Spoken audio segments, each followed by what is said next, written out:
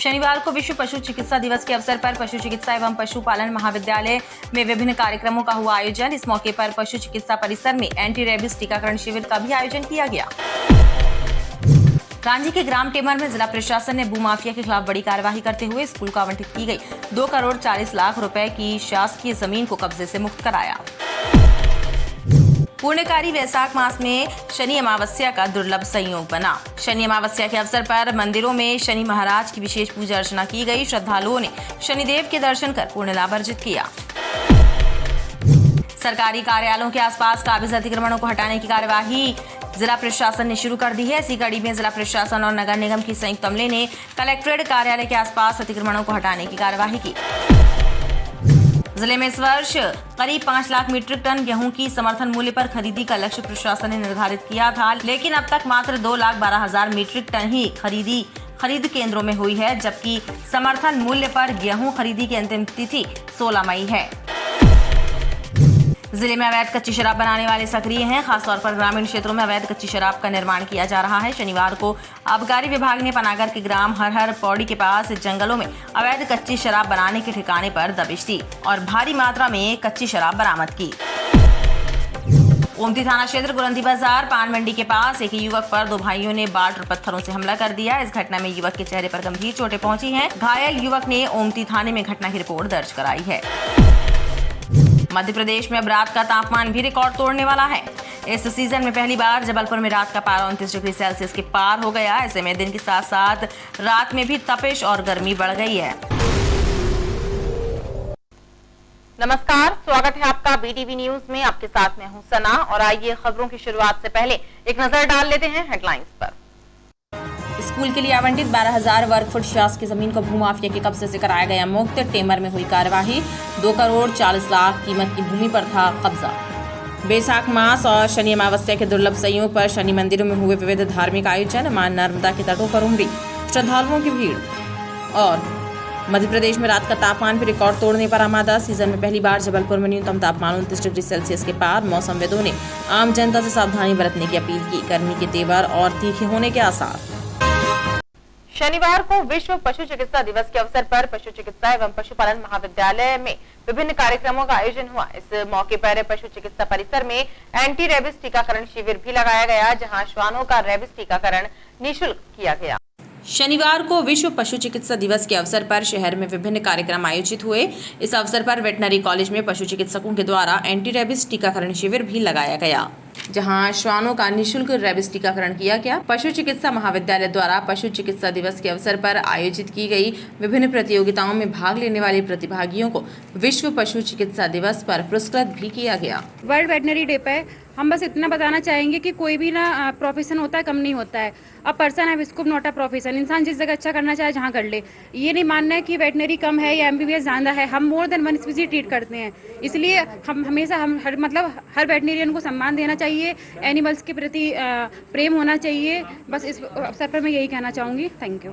30 अप्रैल 2022 को विश्व पशु चिकित्सा दिवस मनाया गया, जिसमें कि हमारे छात्र छात्राओं एवं सारे क्लिनिकल ब्लॉक के डॉक्टर्स के द्वारा फ्री एंटी रैबिक वैक्सीनेशन किया गया। सभी कंपटीशन में जो विनर्स थे उन सबको प्राइजेस दिए गए। कि माँ भारती दीर्घा जो है संस्था एक हमारे शहर की, उस संस्था से मिसेस ज्योति जैन के द्वारा हमारे पशु चिकित्सकों को सम्मानित किया गया। इस तरह से हमारा आज का ये कार्यक्रम मनाया गया। इस अवसर पर पशु चिकित्सकों ने आम लोगों से पशुओं के प्रति प्रेम रखने और पशुओं के जीवन की रक्षा करने का संकल्प लेने की बात कही। रांची के ग्राम टेमर में जिला प्रशासन ने भूमाफिया के खिलाफ बड़ी कार्यवाही करते हुए स्कूल को आवंटित की गई 2 करोड़ 40 लाख रुपए की शासकीय जमीन को कब्जे से मुक्त कराया। भूमाफियाओं ने स्कूल की सरकारी जमीन पर कब्जा करते हुए जमीन पर कमरा और बाउंड्री वॉल का निर्माण कर लिया था, जिसे हटाने की कार्यवाही की गई। जिला प्रशासन का भूमाफिया विरोधी अभियान लगातार जारी है। शनिवार को नगर निगम और जिला प्रशासन की संयुक्त टीम ने रांची तहसील के अंतर्गत आने वाले डुमना रोड के ग्राम टेमर में स्कूल को आवंटित की गई 12,000 वर्ग फुट की शासकीय जमीन को भूमाफियाओं से मुक्त कराने की कार्यवाही की। इस भूमि पर टेमर निवासी रविंद्र ठाकुर ने कब्जा कर बाउंड्री वॉल और कमरे का निर्माण किया था, जिसे हटाने की कार्यवाही हुई। इस जमीन की कीमत 2 करोड़ 40 लाख रुपए आकी। पुण्यकारी वैशाख मास में शनिवार को शनिचरी या शनि अमावस्या का दुर्लभ संयोग बना। शनि अमावस्या के अवसर पर मंदिरों में शनि महाराज की विशेष पूजा अर्चना की गई। श्रद्धालुओं ने शनिदेव के दर्शन कर पूर्ण लाभ अर्जित किया। वैशाख मास में आज शनिवार को शनिचरी अमावस्या का दुर्लभ संयोग बना। वैशाख अमावस्या शनिवार के दिन पड़ने के कारण शनि अमावस्या पर मंदिरों में शनिदेव महाराज का विशेष पूजन अर्चन किया गया। शनि मंदिरों में सुबह से ही भक्तों की भीड़ लगी रही। भक्तों ने शनिदेव के दर्शन किए और पूजन अर्चन कर धर्म लाभ अर्जित किया। ज्योतिषाचार्य और धर्म ग्रंथों के अनुसार शनिवार को अमावस्या के दुर्लभ संयोग पर शनिदेव के पूजन और दर्शनों का अति उत्तम फल प्राप्त होता है। आज शनि अमावस्या है, आज पूजा करने आए हैं। वैसे तो हर शनिवार आते हैं और आज का दिन विशेष महत्व है शनिदेव की कृपा पाने का। तो सभी लोग अगर आकर यहाँ दर्शन करें और प्रभु की कृपा प्राप्त करें तो बहुत अच्छा होगा। जय शनि। ये शिव हनुमत मंदिर के नाम से विख्यात है, सदर काली माई मंदिर के सामने। आज शनि जयंती है। इस पर्व पे जो है सुबह से 6 बजे से पूजा पाठ चालू हो गई, अभिषेक हुआ है। भगवान का शाम को भोग प्रसाद भंडारे का वितरण। जय शनि। वहीं बैसाख मास और शनि अमावस्या के दुर्लभ संयोग पर मां नर्मदा तटग्वारी घाट में भी भक्तों की भीड़ उमड़ी। श्रद्धालुओं ने नर्मदा में आस्था की डुबकी लगाई और पूजन अर्चन कर धर्म लाभ अर्जित किया। आज वैशाख मास की अमावस्या है। नर्मदा जी में आए हैं पूजा पाठ करने के लिए। बहुत आनंद आ रहा है। यहाँ पे बहुत पब्लिक जुड़ चुकी है।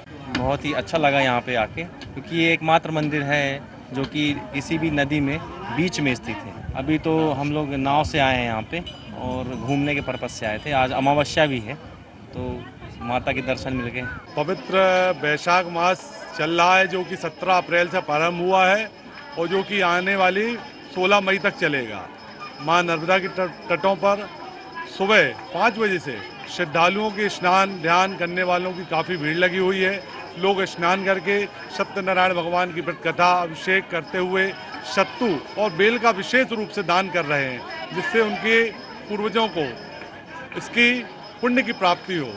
ज्योतिषाचार्यों के मुताबिक शनिवार को साल का पहला सूर्य ग्रहण भी है। यह ग्रहण भारत में दिखाई नहीं देगा, इसलिए इसका प्रभाव नहीं रहेगा। सरकारी कार्यालयों के आसपास काबिज अतिक्रमणों को हटाने की कार्यवाही भी जिला प्रशासन ने शुरू कर दी है। इसी कड़ी में जिला प्रशासन और नगर निगम के संयुक्त अमले ने कलेक्ट्रेट कार्यालय के आसपास अतिक्रमणों को हटाने की कार्यवाही की। इस दौरान collector doctor Ilaiya Raja T भी मुख्य रूप से मौजूद रहे। जिला प्रशासन और नगर निगम की टीम ने सरकारी विभागों के आसपास जमी अतिक्रमणों को हटाने की कार्यवाही शुरू कर दी है। इसी कड़ी में शनिवार को अतिक्रमणकारी दस्ते ने कलेक्ट्रेट कार्यालय परिसर के बाहर अतिक्रमण हटाने की कार्यवाही की। प्रशासन का अमला सुबह सुबह कलेक्ट्रेट कार्यालय के आसपास पहुंचा और फुटपाथ व सड़क के किनारे जमे ठेले टपरों को हटाने की कार्यवाही की।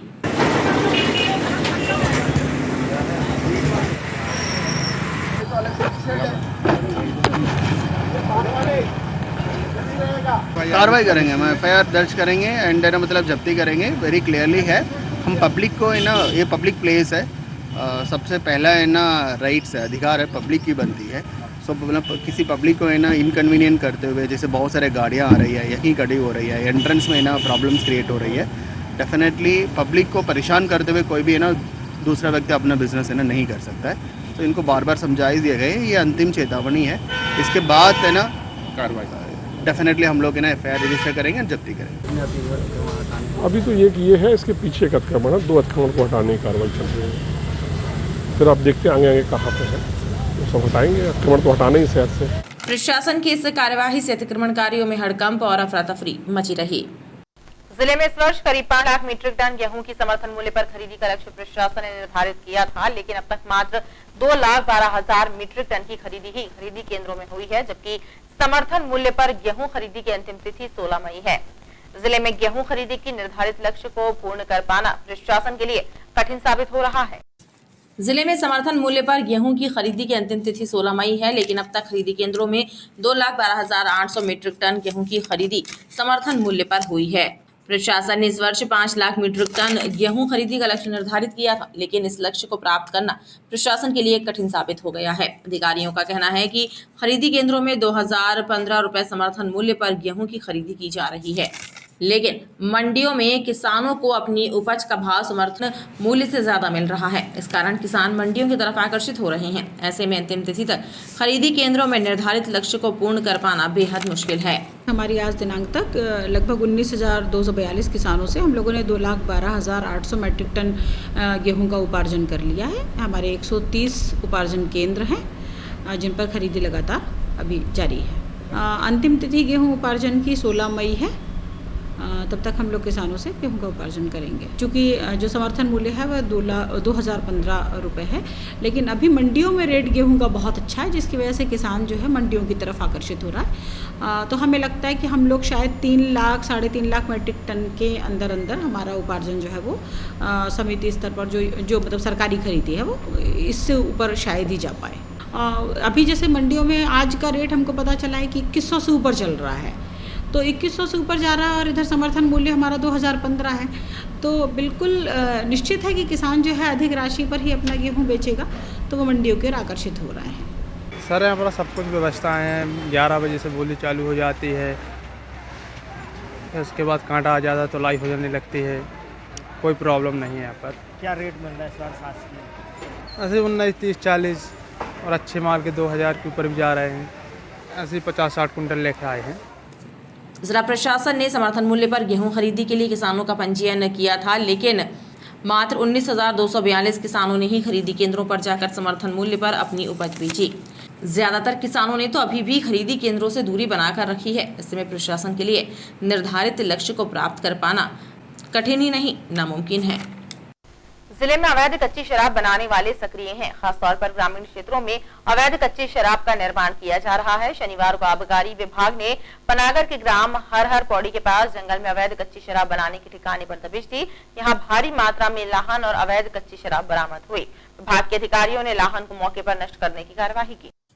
जिले के ग्रामीण इलाकों और जंगलों में अवैध कच्ची हाथ भट्टी शराब बनाने वाले लगातार सक्रिय हैं। शनिवार को आबकारी विभाग की टीम ने पनागर थाने के अंतर्गत आने वाले ग्राम हर पौड़ी के पास जंगल में अवैध शराब निर्माण के ठिकानों पर दबिश दी। इस दौरान अलग अलग स्थानों पर ड्रमों में छिपाकर रखा हुआ करीब 7,200 किलोग्राम महुआ लाहन और 65 लीटर कच्ची हाथ भट्टी शराब बरामद की गई। आबकारी विभाग के अधिकारियों ने मौके पर ही लाहन को नष्ट कर दिया।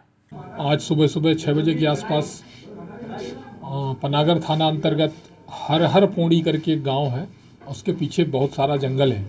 वहां पर कच्ची शराब बनाए जाने की सूचना पर दबिश दी गई थी। जंगल में ढूंढने पर लगभग 36 ड्रम में भरा हुआ महुआ लाहन और 65 लीटर के आसपास हाथ भट्टी से निर्मित कच्ची शराब महुआ मदिरा बरामद हुआ है, जिसे मौके पर जब्त कर लिया गया है और लाहन को मौके से नष्ट कर दिया गया है। आबकारी विभाग ने इस मामले में अज्ञात लोगों के विरुद्ध आबकारी अधिनियम की अलग अलग धाराओं के तहत प्रकरण दर्ज किया है। ओमती थाना क्षेत्र गुरंदी बाजार पान मंडी के पास एक युवक पर 2 भाइयों ने बाट और पत्थरों से हमला कर दिया। इस घटना में युवक के चेहरे पर गंभीर चोट पहुंची है। घायल युवक ने ओमती थाने में घटना की रिपोर्ट दर्ज कराई है। पुलिस ने प्रकरण दर्ज कर मामले की जाँच शुरू कर दी है।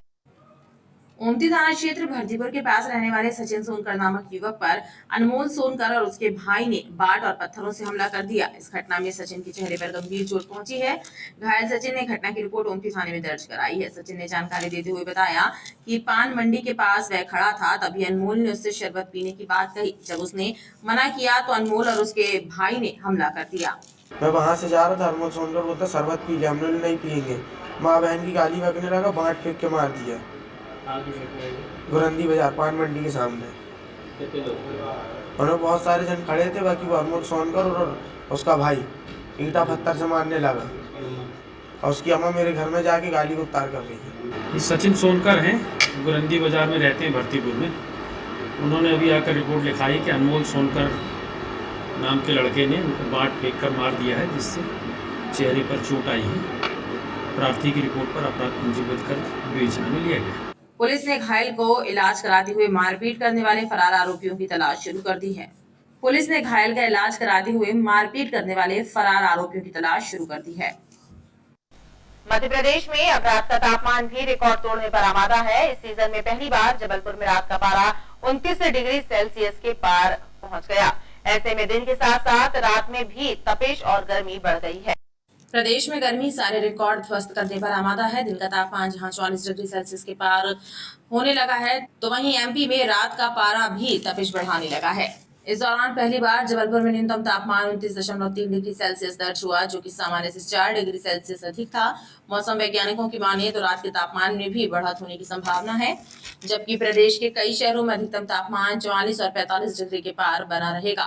प्रदेश के कई शहरों में लू चलने का अलर्ट भी मौसम विभाग ने जारी किया है। मौसम वैज्ञानिकों ने लोगों से अपील की है कि गर्मी को लेकर सावधानी बरतें। और खबरों का सिलसिला लगातार जारी रहेगा। आप देखते रहिए BTV न्यूज।